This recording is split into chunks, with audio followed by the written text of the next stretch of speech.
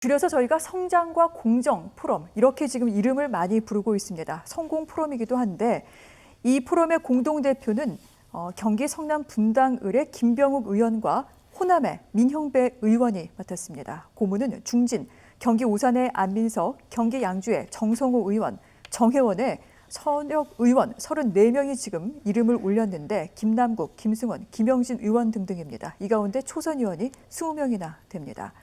오늘 창립식에 참석한 한 기자가 이재명 지사에게 이런 질문을 던졌습니다. 이거 오늘 이렇게 창립식 하는 거 대선 출정식 아닙니까? 라고 여쭤봤더니 이재명 경기지사 직접 관련 짓긴 어려운데 뜻을 함께하는 의원들 덕에 힘이 납니다. 라고 답을 했습니다.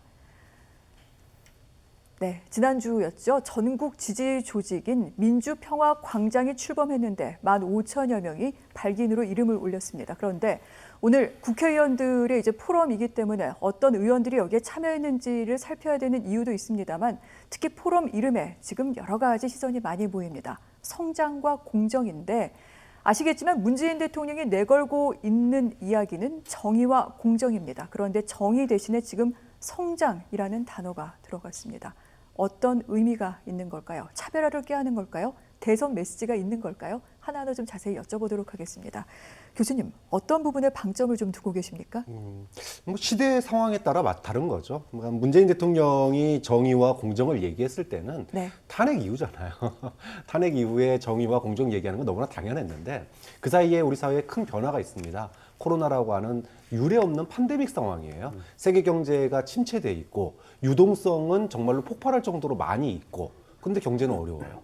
자, 이러다 보니까 이런 부분에 있어서 포스트 코로나에 맞는 새로운 시대 가치. 그러니까 이제는 좀 성장, 그동안 움츠러져 있었으니까 경제가 성장해야 된다. 그러면서도 청년들 2030 세대가 느끼는 그 공정하지 못한 것에 대한 불만감 이런 것들이 아직 해결되지 못했다라고 하는 그러니까 시대 변화에 맞춰서 이재명 지사 측이 어떤 새로운 이제 뭐랄까요 키워드를 네. 내놨다. 그게 이제 소위 말하는 성장과 공정이다 이렇게 얘기할 수 있겠죠. 알겠습니다.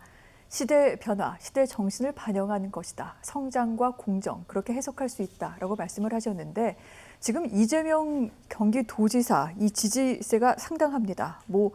저희가 앞서 두 가지 소개해드렸는데 또 다음 달에 출범 예정인 포럼이 하나 더 있다고 합니다. 팬클럽 수도 여권 대선 주자 가운데는 가장 많다고 하는데 저희가 그런 말씀을 드린 바 있습니다. 사실 이재명 지사가 여의도 국회의원 출신이 아니죠. 여의도 경험이 없어서 당내 의원들의 지지나 어떤 그 기반이 취약할 것이다라는 얘기를 했는데 오늘 지지 모임에 이 이름을 올린 의원들의 면면을 보니까 반드시 그런 것만은 아닌 것 같습니다. 왜 이들이 이재명 지사를 지지하는 것인지 또 한편에서는 사실 친문들이 좀 비토하지 않겠느냐라는 얘기를 했었는데 이 부분은 그런 것 같지도 않습니다. 우선은 뭐 지지율 1위를 달리고 있지 않습니까? 윤석열 전 검찰총장과 함께 각축을 벌이면서 양강 구도를 형성하고 있고 민주당 내에서는 그 어떤 주자보다 기대감이 지금 높아 있는 상태이다 보니까 네. 당내에서도 이재명에 대한 미래를 보고 실제로 그 가능성을 보고 좀 지지를 좀 천명하고 같이 이런 싱크탱크에 참여를 하는 것으로 보여집니다. 이게 조금 결이 좀 다른데 예를 들면 이낙연, 정세균 이 두 분 같은 경우는 과거에 당직을 함께 맡았거나 당에서 주요 이렇게 오랫동안 인연을 맺었던 분들 중심의 어떤 인연과 의리 중심의 그런 어떤 그 모임 구도, 조직 구도라면 이재명 지사 같은 경우는 말씀하신 대로 여의도 정치를 하지 않았지 않습니까? 자, 그럼에도 불구하고 이렇게 34명이나 되는 현역 국회의원들이 물론 초선이 많긴 합니다만 이렇게 이재명에 대해서 호의적으로 한다. 이거는 이제 가능성, 이를테면 미래에 이분이 더 가치가 있고 더 가능성이 높다라고 판단하는 분들이 그만큼 많다라고 볼 수 있을 것 같습니다. 자, 이 지지율 1위를 지키고 있는 이재명의 원동력은 무엇일까? 제가 볼 때는 발빠른 대응을 한다는 측면에서 보면 굉장히 영민하다. 그리고 두 번째는 기본소득과 같은 시대 정신이 담겨 있는 정책을 과감하게 던진다. 그리고 이 비문이 있기 때문에 상대적으로 현 정권의 어떤 심판론, 정권 교체론에 대해서 상대적으로 좀 비켜나 있다. 이렇게 볼 여지가 좀 있습니다. 자, 그리고 34명의 현역 의원이 참여했다는 것은 그 지난 대선 경선에서의 좀 반면 교사가 좀 있었던 것 같습니다. 당내 조직을 어떤 식으로든지 장악하지 못했을 경우에는 결국 이 경선에서 판을 뒤집거나 승리를 쟁취하기 어렵다라고 판단을 했고 이게 이제 여의도 정치를 안 했음에도 불구하고 대선 전국 단위 경선을 치른 사람이 느꼈던 절실함 이런 것들이 이번 대선을 준비하면서 잘 녹아 들어 있는 것 같습니다. 물론 아까 말씀하신 대로 뭐 친문 진영이라든가 아니면 이 당내 이 강경파가 이 어떤 이재명 후보에 대한 비토를 하지 않겠나 이렇게 얘기를 했는데 물론 뭐 이제 논란거리는 있습니다. 뭐 가족 관계에서의 구설도 있고 또 유명 여배우와의 어떤 스캔들 논란도 있죠. 그런데 자 이런 것들을 그동안에 이재명 나름대로 잘 극복을 해왔단 말이죠. 자 그리고 이제 더 주목할 부분은 이게 이제 싱크탱크의 본격적인 출범인데 네. 성장이라는 키워드를 던졌다는 점 이거는 정의나 공정만큼이나 이재명이 지금 자영업자 소상공인 특히 이제 경기도나 인천 같은 지역에 이제 많이 이제 작은 업체들의 기업을 운영하는 이 소시민들이 많이 사는데 그런 분들이 바라는 대한민국의 미래는 성장도 또한 매우 중요한 키워드라는 것을 전면에 내세운 거다 이렇게 볼 수 있을 것 같습니다. 아, 그렇군요. 네. 알겠습니다. 자, 그러면 이재명 경기도지사를 뒤쫓고 있는 빅3 가운데 나머지 2명도 살펴보도록 하겠습니다. 이낙연 전 대표, 정세균 전 총리, 대선 캠프, 지금 싱크탱크가 출범을 한 중입니다. 이낙연 전 대표의 지지 조직은 신복지포럼, 지역별로 지금 발족식을 이어가고 있습니다. 심포지움도 열렸는데 연대와 공생이라는 이름입니다. 의원 40여 명이 참석했다라는 그런 얘기가 나오고 있습니다. 정세균 전 총리도 지난주에 이 의원 공부 모임을 열었었죠. 광화문 포럼이라는 이름 아래 70명 넘는 의원들이 모였다, 세를 과시했다 이런 얘기가 나오고 있기도 합니다.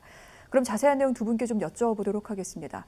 이낙연 전 대표 같은 경우에는 사실은 원래는 1위였다가 지금 이재명 지사에게 상당히 좀 많이 밀리고 있습니다. 아마 좀 조급함이 있진 않을까 그런 생각이 드는데 얼마 전에 측근들에게 이런 얘기를 했던 부분이 알려졌습니다. 문재인 대통령과 관련해 죽는 한이 있더라도 대통령을 지키겠다라고 발언을 했는데 지지층을 향한 이야기겠죠, 평론가님? 지금 이제 이낙연 전 대표는 좀 마음이 좀 급해지신 것 같습니다. 한때 그 대선 후보 적합도 조사에서 40%를 상회할 정도로 정말로 그냥 완사이드한 그 레이스를 펼쳐왔었는데 지금 돌이켜 보면 10% 전후 어떤 여론조사 기관에서는 이 한 자리 숫자까지 지지율이 떨어진 상태입니다. 그러면 이 과거에는 거의 모든 대권 주자들이 현 정부와의 임기 말 거리두기를 했습니다. 왜냐하면 정권 교체론이 불거지고 임기 말 레임덕 때문에 지지율이 떨어지는 현상이 나타납니다. 그랬을 경우에 포스트 정권을 잡겠다라고 하는 분이 이 구정권, 그러니까 뭐 현재 정권이긴 합니다만 그 정권과 일정 정도 거리를 두지 않으면 그러면 지지율 상승을 꾀하기가 어렵다라고 봤는데 지금은 이낙연 전 대표는 그런 정도의 지지율도 좀 못 미치고 있습니다. 그래서 문재인 정권을 지지하거나 당내 강경 세력에게 강하게 어필을 해서 지금 단기간 내에 두 자릿수에 완전히 안착하고 아니면 적어도 이재명 경기지사와 좀 자웅을 겨룰 수 있을 정도의 지지율을 끌어올려야 한다라고 하는 이런 그 강박감 이런 것 때문에 아무래도 이 당내에 많이 호소를 하는 것 같고 문재인 정권과 함께 가겠다 이런 얘기를 하는 것 같은데 근데 이제 문제는 두 가지가 있습니다. 친문이나 친노 세력들이 이 친노와 친문을 대표할 수 있을 만한 인물들이 계속해서 지금 나오고 있다는 거. 예를 들면 뭐 이광재 전 강원지사라든가 이런 분들이 계속해서 이 출마 의사를 던지고 있고 그리고 이제 또 하나 문제는 호남인데 호남 민심은 사실 역대 정권에서 가장 그 여론의 흐름에 민첩하게 반응을 해왔다 이렇게 평가를 받는데 이번 같은 경우도 과거 이낙연의 대세론이 완전히 지금은 이재명이라든가 정세균 쪽으로 조금씩 흘러나가고 있는 이런 형세로 바뀌었다. 이런 부분을 과연 이낙연 전 대표가 극복할 수 있을까? 친문 혹은 강경 세력 아니면 현 정권을 붙잡고 함께 간다고 해서 그것이 과연 해법이 될 수 있을까에 대해서는 조금 좀 의문입니다. 아, 그렇군요. 네. 그러면 빅3 가운데 가장 후발 주자 정세균 전 총리는 어떠한지도 보도록 하겠습니다. 지금 지지율이 사실은 별로 나오질 않고 있습니다. 마의 5%를 넘겨야 된다 지금 이런 얘기 나오고 있고요. 그러기 위해서 친문 열성 당원에게 구애하고 있다라는 해석이 나오고 있는데 교수님께서는 어떤 지점을 눈여겨보십니까? 뭐 저는 이낙연 대표도 그렇고 정세균 대표도 그렇고요. 전 총리도 그렇고 이 두 분은 구조적인 한계를 가지고 있다고 봐요. 근데 구조적인 한계라는 게 지금 민심은 문재인 정부에 대해서 상당히 아쉬워하시는 분들이 많아요. 아쉬워하거나 또는 실망한 분들입니다. 뭐가 아쉽습니까? 부동산 정책, 그다음에 내로남불 이런 부분들에 대해서 과거에 문재인 정부에 열광했던 또는 지지했던 표를 던졌던 분들이 후회하거나 조금 실망하거나 또는 아쉬워하는 분들로 나뉘어 있거든요. 자, 그러면 이분들에게 이낙연 전 대표하고 정세균 전 총리는 어떻게 비칠까? 그 실망하던 시기에 당대표를 하셨고 한 분은 당대표를 하셨고 한 분은 총리를 하셨어요. 그러다 보니까 문재인 정부의 공과를 안고 갈 수밖에 없는 구조적인 네. 한계가 있는데 이거를 갖다가 지금 두 분이 자리를 그만두셨음에도 불구하고 아직 그 구조적인 한계에서 벗어나지 못하고 있다. 자, 두 번째입니다. 자, 그럼 구조적인 한계를 못 벗어나면 개인기로 이걸 돌파해야 돼요. 그런데 과거에 이낙연 대표가 정말 지지율 40% 달릴 때 별명이 뭐였냐면 사이다였습니다. 그런데 지금은 별명이 고구마예요. 고구마 아직도 소화 못 하셨어요. 그러면은 언제 사이다가 됩니까? 그 다음에 정세균 전 총리의 별명은요, 미스터 스마일이었습니다. 구원투수 역할이에요. 네. 그런데 5%를 못 넘는 정세균 전 총리가 5%를 못 넘는 이유가 있어요. 사람 좋은 사람. 그 이상이 없습니다. 근데 국민들에게 문재인 정부가 못한 거, 아쉬웠던 거, 그러니까 못했다고 평가받는 사람에게는 사실은 아예 고려 대상이 아니지만, 아, 문재인 정부 정말 잘 되길 바랬는데 아쉽네. 네. 좀 이런 사람들한테는 희망을 주는 그런 메시지를 던져야 되는데, 그러려면 무엇을 하겠다가 분명해야 돼요.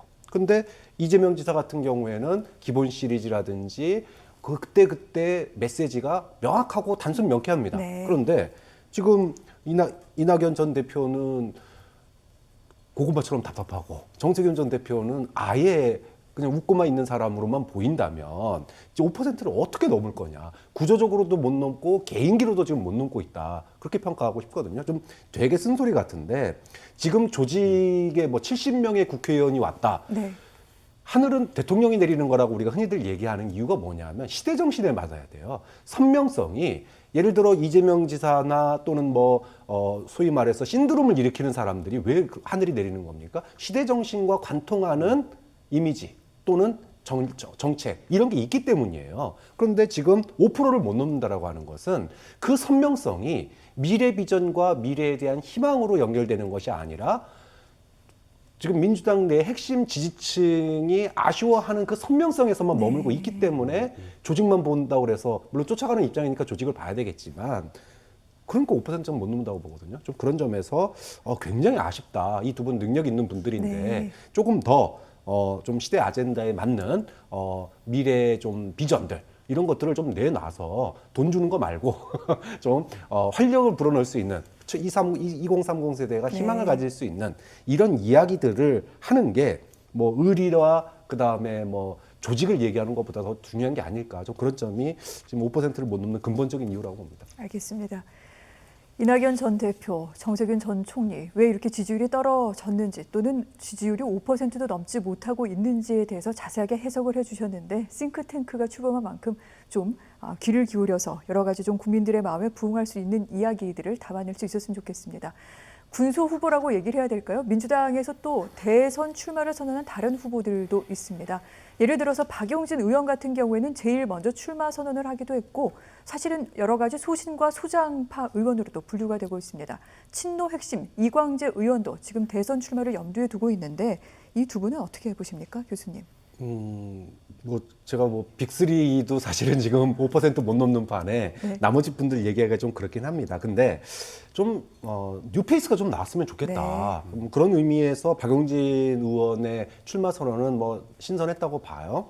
그럼 이제 특히나 2030 세대에게 뭔가 좀 화두가 될 수 있는, 희망을 줄 수 있는 그런 기대감을 줘야 되는데 좀 그런 점에 있어서 박용진 의원이 좀 좌충우돌하는 면이 있긴 있어요. 네. 예를 들어 가상화폐 문제라든지 부동산 정책 문제에 있어서 좀 뭐라 그럴까요?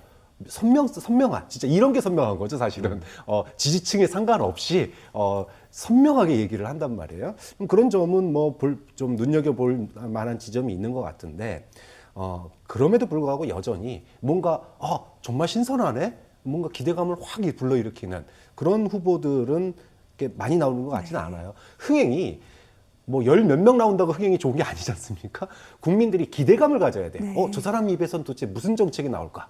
저 사람은 도대체 어떤 걸 하려고 할까? 궁금하고 기대감을 줘야 되는데 죄송한 얘기지만 노무현 대통령 때부터 정치권에 있던 분들이 그때도 나름 잠룡이라고 그랬고 근데 여전히 잠룡이에요. 그리고 그때 하는 얘기하고 지금 하는 얘기하고 그렇게 네. 큰 차이가 없어요.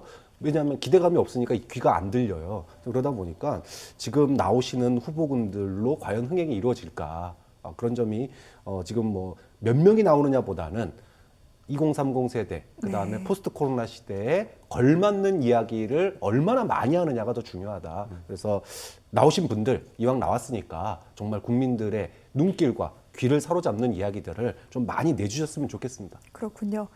사실 김두관 의원도 조만간 대선 출마를 선언할 것 같고요. 양승조 충남지사는 이미 충청 대망론을 외치면서 출마 선언을 하기도 했습니다. 이런 분들, 그런데 기대에 부응하지 못한다. 지금 박 교수님은 그렇게 말씀하셨는데 어떻게 보십니까?